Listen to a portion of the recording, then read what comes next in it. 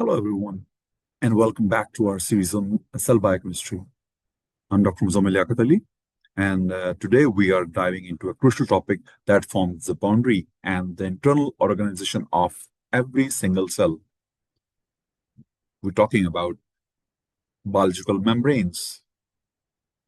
We will be discussing their structure and functions in detail.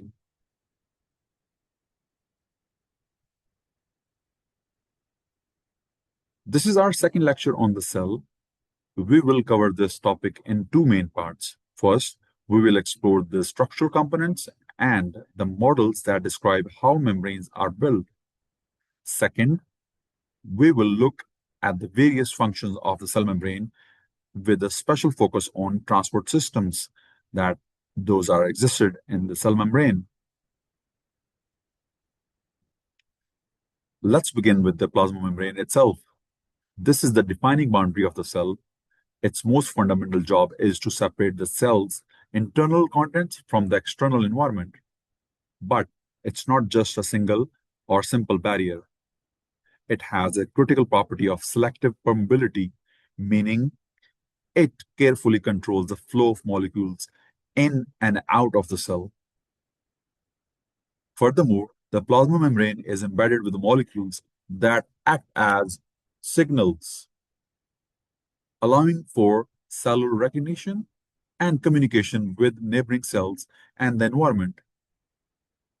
In eukaryotic cells, this concept is extended internally, with many membrane systems surrounding each organelle specialized to assist in that organelle's unique function. So, what are these membranes made of? Chemically, membranes are composed of three main classes of molecules: the lipids, proteins, and carbohydrates. A typical cell membrane composition is about 40% of the lipids, 60% proteins, and about 10% carbohydrates. It's important to note that all membrane carbohydrates are not free. They are covalently attached to either proteins or lipids, forming either glycoproteins and or glycolipids. Let's break down these components. These lipids are the basic structural components of the cell membrane, forming the foundation. Most membrane lipids are amphipathic in nature, meaning they have a dual personality. They have a polar or ionic head that is hydrophilic in nature. It means it loves water and seeks contact with it. And they have a non-polar tail that is hydrophobic in nature, meaning it fears water and tries to avoid it. This simple property is the key to how membranes form.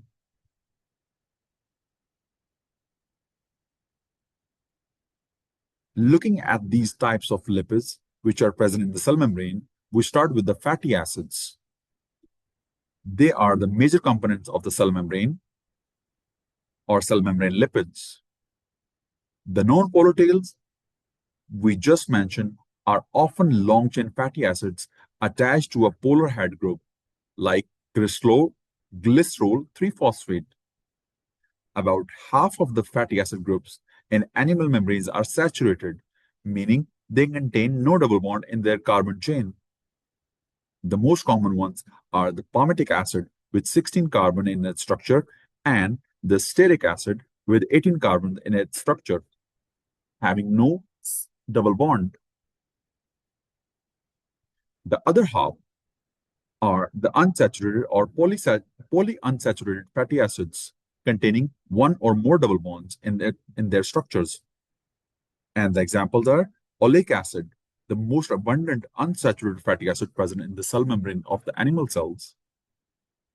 The degree of unsaturation is crucial because it directly determines the fluidity of the membrane. More the double bonds, more will be the fluidity. Next are the Glycerophospholipids. These are the major group and are primary lipids in many membranes. Some of the examples are the cephalins, lecithins, and phosphatidylserine are common glycerophospholipids present in the cell membrane of animal cells and in lipid bilayer structure. Another important group is the sphingolipids. These are particularly abundant in tissues of nervous system. There are three main types: sphingomyelin, cerebrosides, and gangliosides. For example, about 6% of the lipid membrane or the membrane lipids in the gray matter cells of the brain are gangliosides. Finally, we have cholesterol, which is present in animal cell membrane. It is also amphipathic in nature, with the hydrophilic head and the hydrophobic fused ring system. It orients itself in the membrane with its head at the water surface and its ring structure buried in the hydrophobic interior. Cholesterol acts as a fluidity barrier or buffer, helping to regulate the membrane's consistency, preventing it from becoming too fluid at high temperatures or too rigid at low temperatures. Now, let's move to the proteins, which give the membrane its functionality. There are three main types. First, integral membrane proteins. These are also called as intrinsic membrane proteins. These proteins are embedded in the membrane. Thus, proportionate or portion of these membranes are in van der Waals force contact with the hydrophobic region of the membrane. Second, peripheral membrane proteins, also called as extrinsic proteins. They are bound to the surface of the membrane by ionic interactions or by hydrogen bonds. They form between the proteins and the polar heads of the membrane lipids. They also interact with integral membrane proteins. Those are intrinsic membrane proteins embedded in the membrane, so they can be removed without disrupting the membrane. The last one is the transmembrane proteins.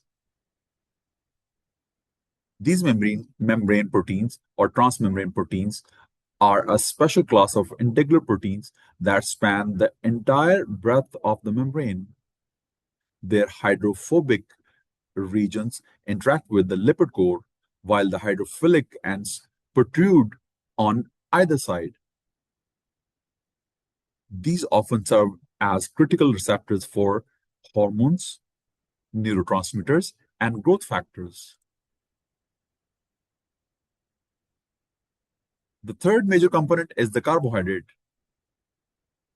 As mentioned, they are attached to the proteins or lipids on the outer surface of the membrane, forming a fuzzy-looking coat like a glycocalyx, or called as glycocalyx. These carbohydrate chains are made up of various monosaccharides and their derivatives. They are attached to proteins via specific linkages called N-glycosidic or O-glycosidic linkage or linkages or bonds. This glycocalyx is crucial for cell-to-cell recognition, adhesion, and protection of the cell itself.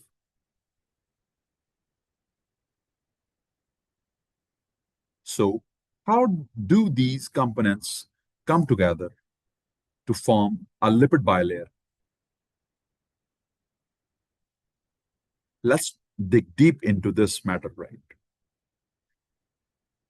The amphipathic nature of the membrane lipids like glycerophospholipids and sphingolipids drives them to spontaneously form a lipid bilayer or bilayer in a watery environment. This is the very basis of the biological membranes. The lipids orient themselves with their hydrophobic tails pointing inwards, away from water, and their hydrophilic heads facing outwards in contact with the aqueous solution on both sides. This assembly is driven by hydrophobic effect. The resulting lipid bilayer is only about 6 nanometer thick, extremely thin, and can be thought of a two-dimensional fluid. As you can see in this illustration,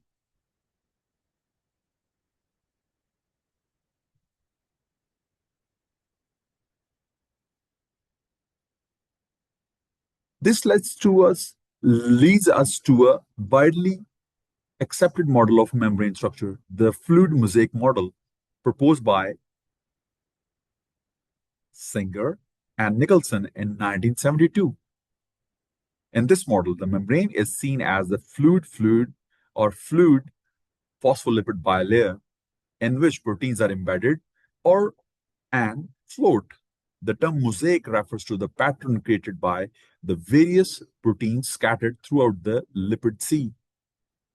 But unlike a fixed ceramic tile mosaic, this one is a fluid and constantly changing environment, with lipids and proteins able to move laterally within the plane of the membranes.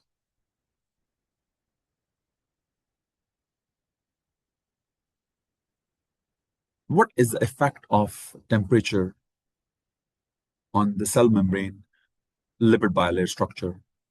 The fluidity of the membrane is heavily influenced by temperature and lipid composition. At low temperatures, the hydrophobic fatty acid tails are highly ordered and packed tightly, making the membrane more gel-like or crystalline. As temperature increases, these tails undergo a transition to more disordered fluid or fluid-like state. The temperature at which this melting occurs is called the transition temperature. Membranes with no longer or more saturated fatty acids have high transition temperatures because their tails interact more strongly. In contrast, unsaturated fatty acids with their links or kinks from cis double bonds prevent tight packing and increase fluidity at low temperatures. This is why cell membranes always contain at least one unsaturated fatty acid. So, as we know, the more the double bonds present in the structure of a lipid bilayer, more will be the fluidity of a bilayer structure or any of the structure that is present in the membrane.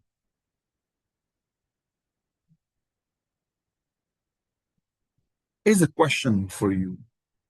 Why is fluidity so important? As we know, it directly affects the membrane function. As fluidity increases, the membrane becomes more permeable to water and small hydrophilic molecules. Also, the lateral mobility of integral protein increases, which is essential for them to find each other and function, for example, in signaling pathway.